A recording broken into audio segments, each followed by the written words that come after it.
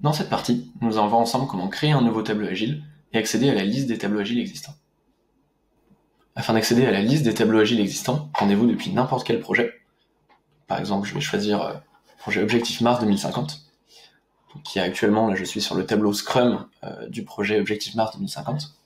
Pour accéder à la liste complète des tableaux agiles existants dans mon instance, je vais cliquer sur le menu, sur le nom de mon tableau, sur le petit icône à droite afin d'afficher ce menu déroulant, et je vais cliquer sur Afficher tout.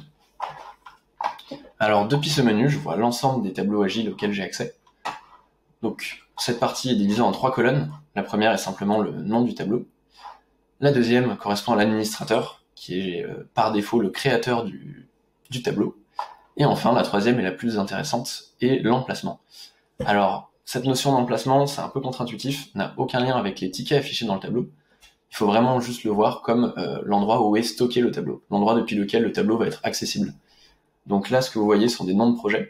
Et si je prends l'exemple du dernier tableau, qui est dans l'emplacement DevScrum, donc ça veut dire que ce tableau est accessible depuis le projet DevScrum sans avoir à passer par cette interface. Pour accéder à ce tableau, je vais devoir me rendre depuis ce projet et y accéder. Donc voilà, c'est un peu contre-intuitif. On peut par exemple avoir un projet qui est stocké, un tableau qui est stocké dans l'emplacement, dans le projet DevScrum, et qui va afficher les tickets du projet Objectif Mars. Alors bien sûr, vu que c'est contre-intuitif, c'est une pratique qu'on recommande pas, qu'on recommande d'éviter. Mais voilà, il faut vraiment faire la distinction entre les tickets affichés par le tableau et son emplacement, qui est vraiment l'endroit où est rangé le tableau dans Jira, en quelque sorte.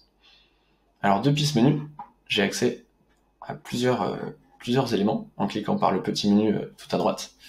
Alors je peux modifier les paramètres du tableau, ce que l'on verra plus tard, on rentrera plus en détail dans cette partie, dans la partie suivante du module. Je peux également copier le tableau afin de repartir sur un nouveau tableau qui aura les mêmes éléments de paramétrage, ce qui me permet d'éviter à tout avoir à reparamétrer. Je peux ensuite déplacer un tableau, c'est-à-dire changer son emplacement, changer l'endroit où il est rangé dans Jira, et également supprimer un tableau. Alors pour créer un nouveau tableau, je peux soit passer par le menu actuel, depuis ce bouton, et de manière plus simple, je peux depuis n'importe quel projet le faire. Donc je vais reprendre mon exemple du projet de tout à l'heure, Objectif Mars 2050. Pour créer un nouveau tableau, je réaccède à ce menu via la barre déroulante, et je peux cliquer sur Créer un tableau. Alors là, on me demande d'abord de choisir entre Scrum et Kanban. Donc là, pour l'exemple, je vais rester simple. Je vais créer un tableau de type Kanban, sachant que ce choix est primordial parce qu'une fois que le tableau est créé, je ne pourrai plus revenir sur ce choix, je ne pourrai plus changer son type. Donc pour l'exemple, je vais rester simple, je vais créer un tableau de type Kanban. Maintenant, j'ai 3 possibilités. Jira me demande alors de choisir parmi ces 3 possibilités. La première, tableau créé avec le nouveau projet logiciel. C'est une traduction un peu moyenne depuis l'anglais. Ça veut dire que cette option va à la fois créer un nouveau projet Jira et un tableau associé.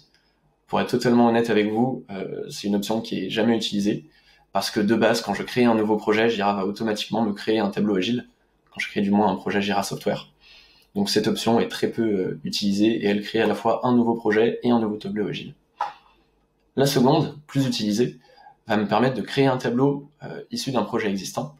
C'est-à-dire que si je clique sur suivant après avoir sélectionné cette option, Jira va me demander de spécifier l'emplacement de mon tableau, donc où est-ce que je dois le ranger, et de choisir un ou plusieurs projets dont les tickets vont être affichés dans ce tableau, si vous voulez. Donc c'est un tableau qui va montrer les tickets issus d'un ou de plusieurs projets existants.